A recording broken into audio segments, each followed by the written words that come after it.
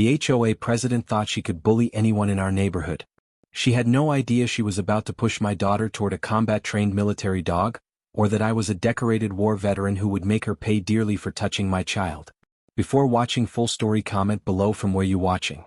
Also like and subscribe for more stories. The morning sun cast long shadows across our quiet neighborhood as I watched my 8-year-old daughter Emma play in our front yard.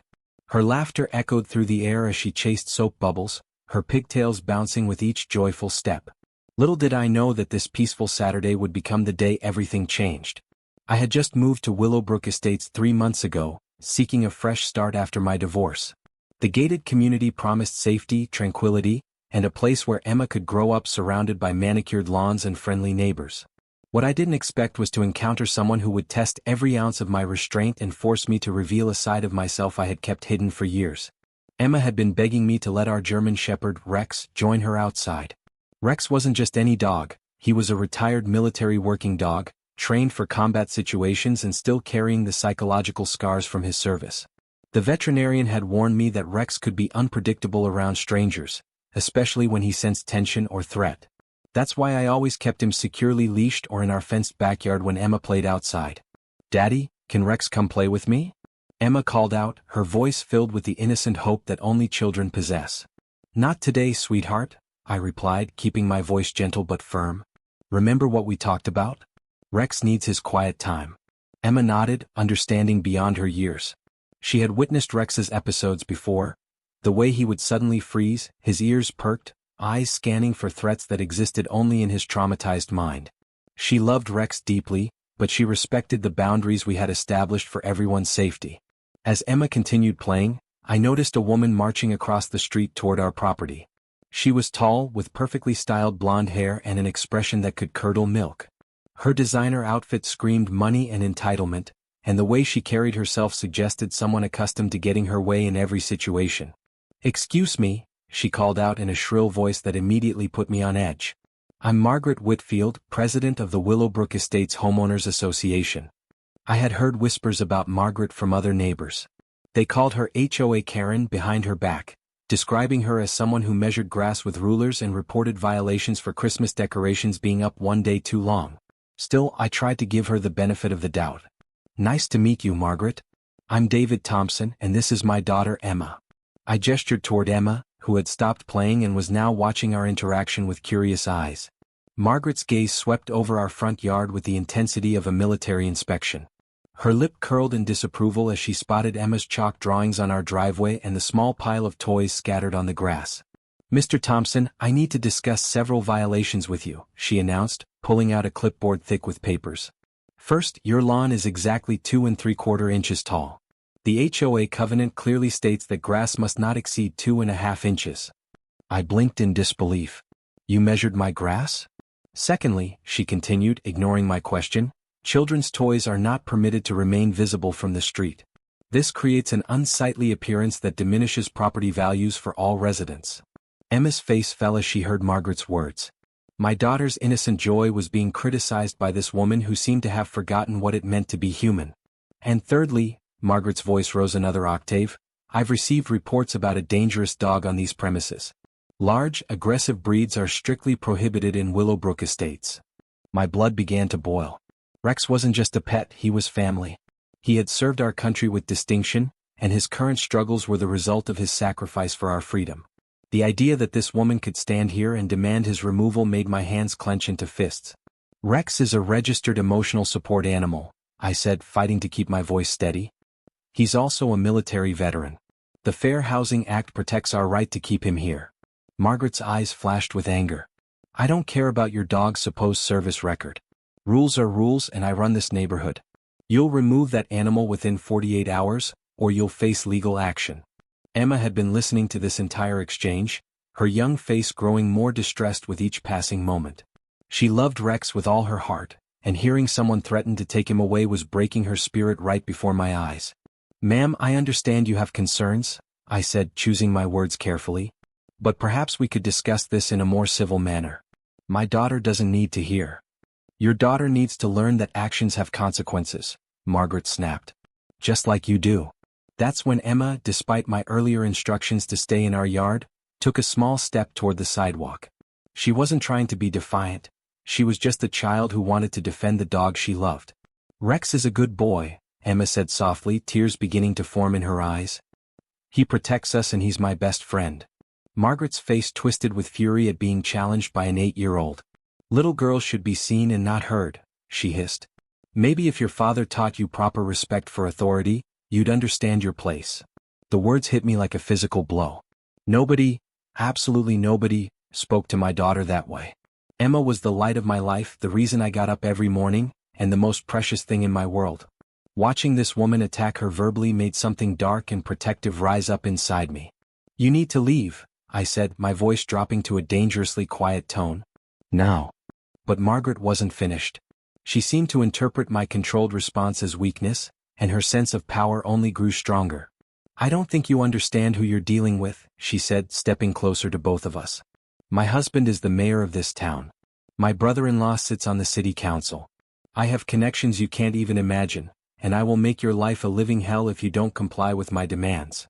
Emma had unconsciously moved even closer to the sidewalk, still clutching her bubble wand, her innocent eyes wide with confusion and fear. She didn't understand why this mean lady was yelling at her daddy or threatening to take Rex away. What happened next occurred so quickly that it seemed like time slowed down to a crawl. Margaret, apparently frustrated by what she perceived as our lack of proper submission, suddenly lunged forward and placed both hands on Emma's small shoulders. With a forceful shove, she pushed my daughter backward toward our front door, directly toward the side gate where Rex was pacing behind the fence.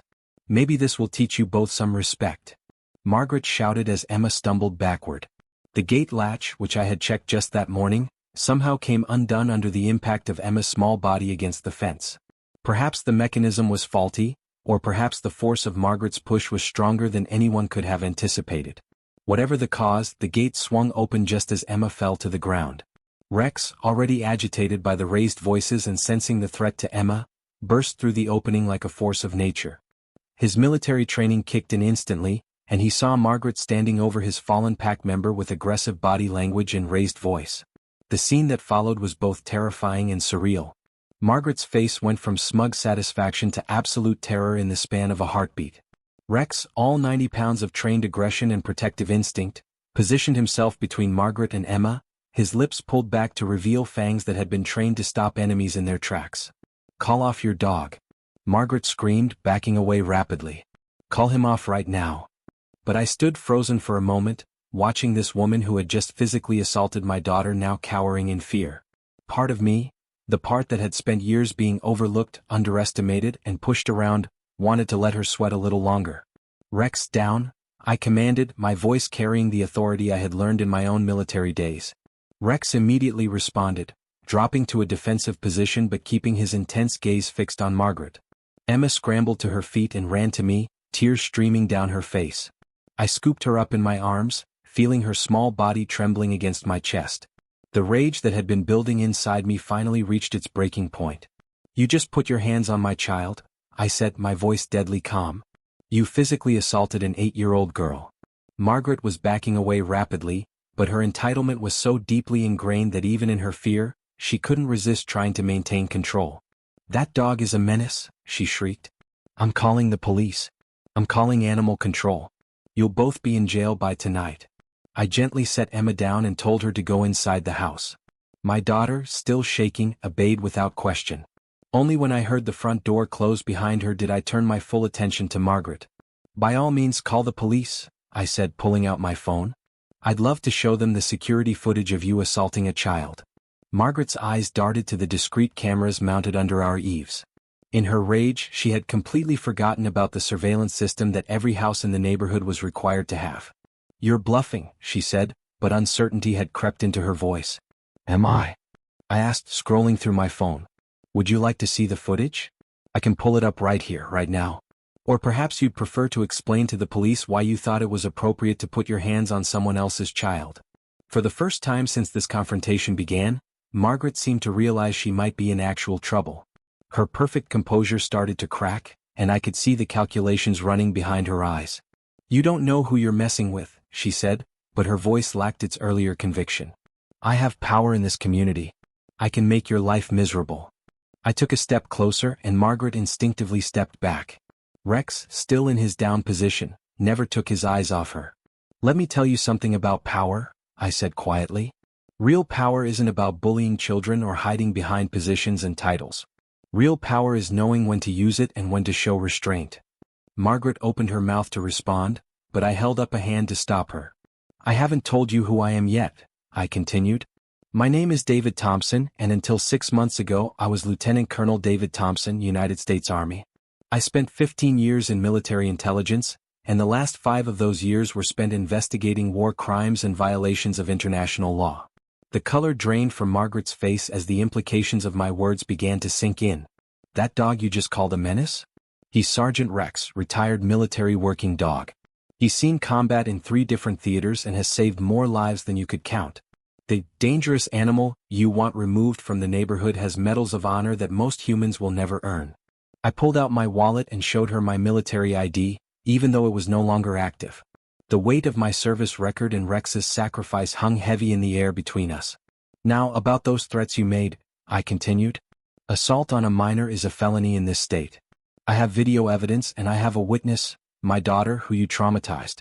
Your husband being the mayor doesn't change the law, Margaret.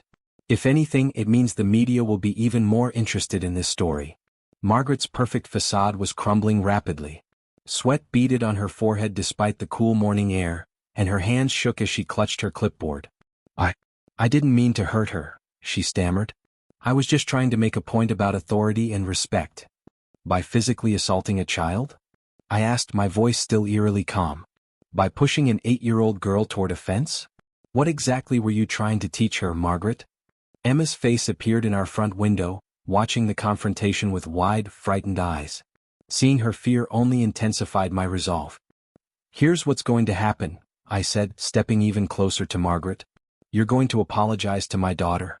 A real apology, not some half-hearted excuse. Then you're going to go home and seriously reconsider how you treat the people in this community." "And if I refuse?" Margaret asked, trying one last time to assert dominance. I smiled, but there was no warmth in it. "Then I'll be making some phone calls. The first will be to the police, filing assault charges. The second will be to the local news stations. I'm sure they'd love to hear about an HOA president who attacks children. The third will be to my former colleagues in military intelligence, who might be very interested in conducting a thorough background check on someone who holds local political power." Margaret's eyes widened in genuine fear. She was finally beginning to understand that she had picked the wrong family to bully. "But most importantly," I continued, "I'll be calling my lawyer. You see, when you assaulted my daughter, you created what we call in legal terms, intentional infliction of emotional distress. Combined with the assault charges, you're looking at both criminal prosecution and a civil lawsuit that could cost you everything you've worked so hard to build." The sound of sirens in the distance made both of us turn our heads. I realized that someone, probably one of our neighbors who had witnessed the altercation, had already called the police. "You called them?" Margaret accused, panic rising in her voice. "Actually, I didn't," I replied honestly. "But I'm glad someone did. This way, everything will be properly documented." As the police cars pulled up to our house, I felt a strange sense of calm wash over me. 4 months, I had been trying to fit into this community, to be the quiet single father who didn't make waves. But watching Margaret attack my daughter had reminded me of something crucial. Sometimes standing up for what's right means accepting that not everyone will like you.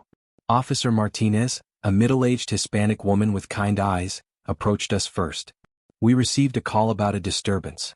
Can someone tell me what happened here?" Before I could speak, Margaret launched into a frantic explanation. "This man's dangerous dog attacked me. I was just doing my job as HOA president, and he threatened me with that vicious animal." Officer Martinez looked at Rex, who was still calmly lying in his down position, then back at Margaret. "Ma'am, that dog appears to be perfectly controlled. Can you show me any injuries from this supposed attack?" Margaret looked down at herself, realizing for the first time that she didn't have a single scratch or bite mark. "Well, he didn't actually bite me, but he could have. He was aggressive and threatening." "I see," Officer Martinez said diplomatically. "And sir, what's your version of events?" I calmly explained what had happened, mentioning the security cameras and offering to show the footage. Officer Martinez nodded and asked if she could review the video evidence. As we watched the footage together on my phone, the truth became undeniably clear. The video showed Margaret's aggressive approach, her verbal assault on Emma, and most damning of all, the moment she physically pushed my daughter. It also showed Rex's restrained response. He had positioned himself protectively but had never actually attacked or even attempted to bite Margaret. "Ma'am," Officer Martinez said to Margaret, "based on this evidence, it appears you committed assault on a minor. I'm going to need you to come with me to answer some questions." Margaret's face went white. "This is ridiculous. I'm the HOA president. I was enforcing community standards." "Enforcing community standards doesn't give you the right to put your hands on someone else's child," Officer Martinez replied firmly. "Please turn around and put your hands behind your back." As the handcuffs clicked into place, Margaret turned to me with desperation in her eyes. "Please," she begged. "I made a mistake. Don't let this ruin my life. I have a reputation to protect." For a moment I almost felt sorry for her. Almost. Then I thought about Emma's terrified face and the way she had trembled in my arms. "You should have thought about your reputation before you assaulted my daughter," I said quietly. As Officer Martinez led Margaret to the patrol car, neighbors began emerging from their houses. Word had apparently spread quickly through the community, and people were gathering to witness the downfall of their tyrannical HOA president. Mrs. Chin from next door approached me with tears in her eyes. "I'm so sorry, David. I should have warned you about her. She's been terrorizing this neighborhood for years, but no one ever stood up to her. She made my grandson cry last month," added Mr. Rodriguez from across the street. "Told him his bike was too colorful and violated the aesthetic standards." One by one, the neighbors began sharing their own stories of Margaret's abuse of power.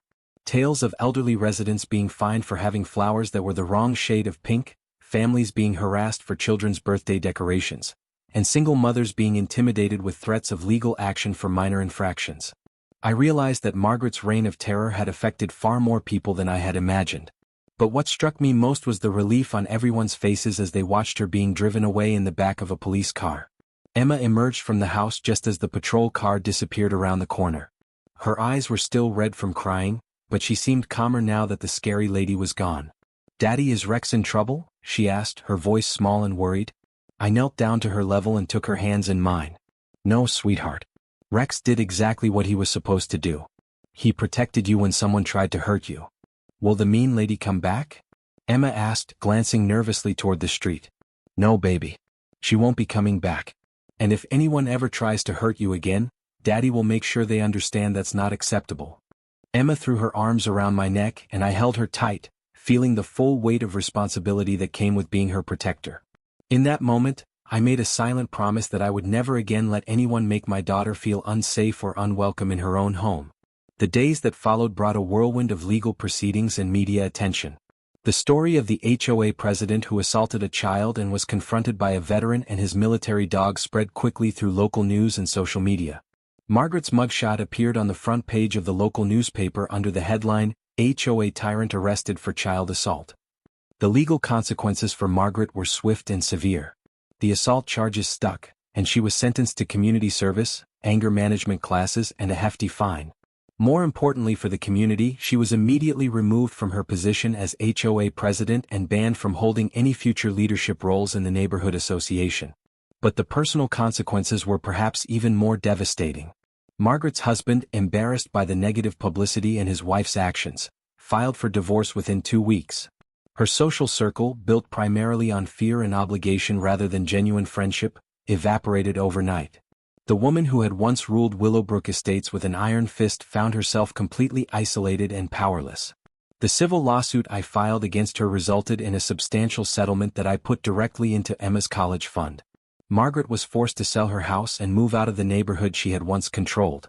Justice, it seemed, had a sense of irony. But the most beautiful part of this story wasn't Margaret's downfall. It was what happened to our community afterward. With her oppressive presence gone, Willowbrook Estates transformed into the welcoming neighborhood it was always meant to be. Children's laughter returned to the streets. Neighbors began hosting barbecues and block parties. Elderly residents were no longer afraid to garden or decorate their homes according to their personal tastes. The atmosphere of fear and constant surveillance that Margaret had created was replaced by genuine community spirit. Emma, despite the trauma of that day, emerged stronger and more confident. She had learned that sometimes adults make mistakes, but that her father would always be there to protect her. More importantly, she had seen that bullies could be defeated when good people stood up to them. Rex, too, seemed to benefit from the experience. Having successfully protected his family, his confidence returned, and his episodes of anxiety became less frequent. The neighbors, once afraid of him because of Margaret's propaganda, began to see him for what he truly was, a decorated veteran deserving of respect and compassion. 6 months later, I was elected as the new HOA president by unanimous vote. My first official act was to revise the community guidelines, removing the petty restrictions that had made life miserable for so many residents. We established reasonable standards that prioritized safety and basic maintenance while allowing people the freedom to make their homes truly their own. Emma helped me plant a memorial garden near the community center, dedicated to military working dogs like Rex. The plaque reads, "In honor of those who serve without question and protect without recognition." It serves as a daily reminder that true strength comes from service, sacrifice, and protecting those who cannot protect themselves. During the garden dedication ceremony, Mrs. Chin approached me with tears in her eyes. "Thank you," she whispered. "Not just for stopping Margaret, but for showing us that we didn't have to live in fear." "Everyone deserves to feel safe in their own home," I replied. "Especially our children." As I watched Emma playing freely in our front yard that evening, Rex lying peacefully beside her, I reflected on how much our lives had changed. The confrontation with Margaret had been traumatic, but it had also revealed the strength of our community when people came together for the right reasons. The other residents began to share their own stories of resilience and courage. Mr. Rodriguez told us about his military service in Vietnam. Mrs. Patterson revealed that she had been a nurse for 40 years, caring for others even when no one cared for her. Young families spoke about the sacrifices they made to provide better lives for their children. Margaret had tried to rule through fear and intimidation, but she had underestimated the power of people who had real reasons to fight. She had picked on a decorated veteran and his daughter, not realizing that some battles are worth everything you have to give. The lesson learned that day echoed throughout our community: bullies only have power when good people choose to remain silent. But when someone threatens what we hold most dear, our children, our families, our fundamental dignity, that's when ordinary people find extraordinary courage. Emma never again had to worry about hiding her toys or walking on eggshells in her own neighborhood. Rex lived out his retirement surrounded by people who understood his value and appreciated his sacrifice. And I learned that sometimes the best way to protect your family is to stand up not just for them, but for the principles that make a community worth living in. Years later, when Emma is old enough to fully understand what happened that day, I'll tell her that courage isn't about being unafraid. Courage is about doing what's right even when you're terrified, standing up for others even when it's difficult, and never letting bullies convince you that you deserve less than basic human dignity. Margaret thought she knew who she was dealing with when she approached our house that morning. She saw a single father who would be easy to intimidate and a child who could be bullied into silence. She had no idea that she was about to face someone who had spent his career defending the innocent and would stop at nothing to protect his daughter. The beautiful irony is that Margaret's own actions led to her destruction. If she had simply approached us with respect and courtesy, we might have worked together to address any legitimate concerns. Instead, her arrogance and cruelty revealed her true character to everyone watching. Today, Willowbrook Estates is a place where children can play freely, where veterans are honored, and where neighbors look out for one another. Margaret's house has been purchased by a lovely young family with 3 children who bring joy and laughter to what was once a symbol of oppression. Sometimes I walk past that house with Emma and Rex and I think about second chances. Not for Margaret, she made her choices and must live with the consequences. But for all of us who learned that day that we have more power than we realized, more courage than we knew, and more responsibility to protect each other than we had ever imagined. The story of HOA Karen who pushed my daughter in front of my aggressive dog became a cautionary tale that spread far beyond our small community. It serves as a reminder that actions have consequences, that power without compassion is tyranny, and that sometimes the people who seem most vulnerable are actually the ones with the greatest strength. Emma is 10 now and she still remembers that day. But when she talks about it, she doesn't focus on the fear or the trauma. Instead, she talks about how proud she was to see her daddy stand up for what was right, how Rex proved that heroes come in all shapes and sizes, and how their neighbors became a real family after learning to stand together. That's the story she'll pass on to her own children someday. Not one of victimization or helplessness, but one of courage, justice, and the unbreakable bonds that form when good people refuse to let evil prevail. Margaret thought she was teaching us about authority that day. Instead, she taught us about the difference between power and strength, between fear and respect, and between ruling over people and truly leading them. In the end, she got exactly what she deserved, and we got something far more valuable than revenge. We got our community back.